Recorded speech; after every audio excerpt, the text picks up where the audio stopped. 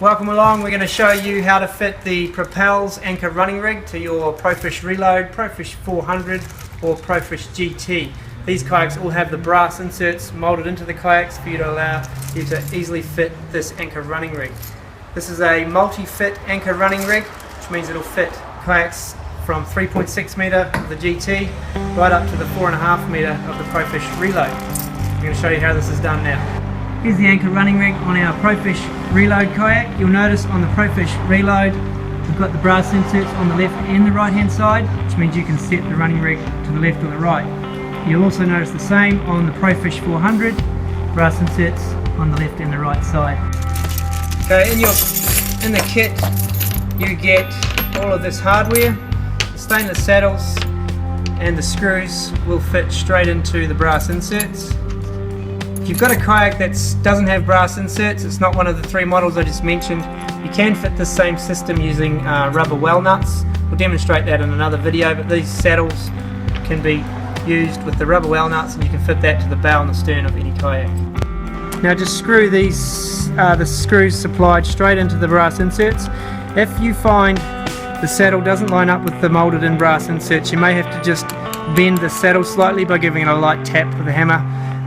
This can occur with shrinkage in the mould and the saddles might be slightly out of line, but it's easy enough just to tap the saddle and it'll only be within 0.5 millimetre if it ever is out.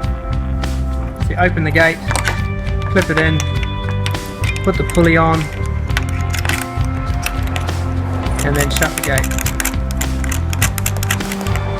So now we've got the rope, we're going to run that through the pulleys. First thing you do, let all the rope out. Then run it up through the first one.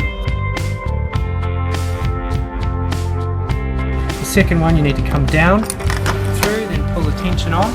And we'll walk our way back to the front where the light's better so you can see what I'm going to do here.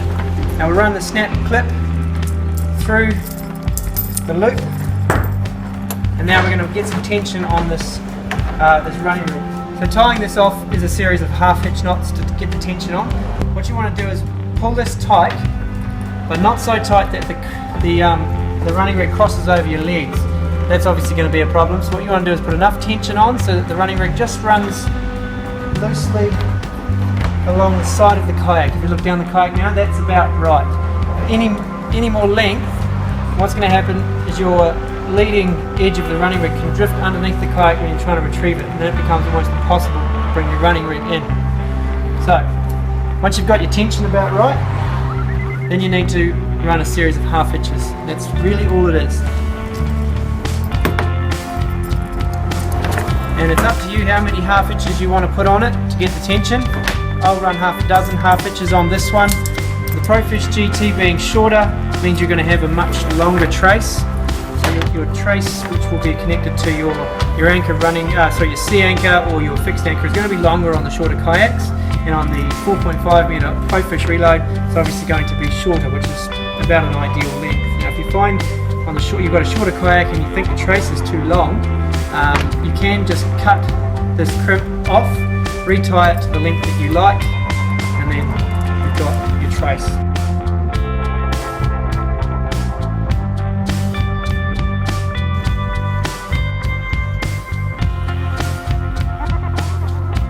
And here's a little trick if you're transporting the kayak and you don't need all this rope rattling around the roof of your car. Just run the length of the rope back and clip it back on itself for storage and transport, and then go to the paddle holder and bundle all that extra rope under the paddle holder. That stops it rattling around and getting in the way when you're transporting your kayak.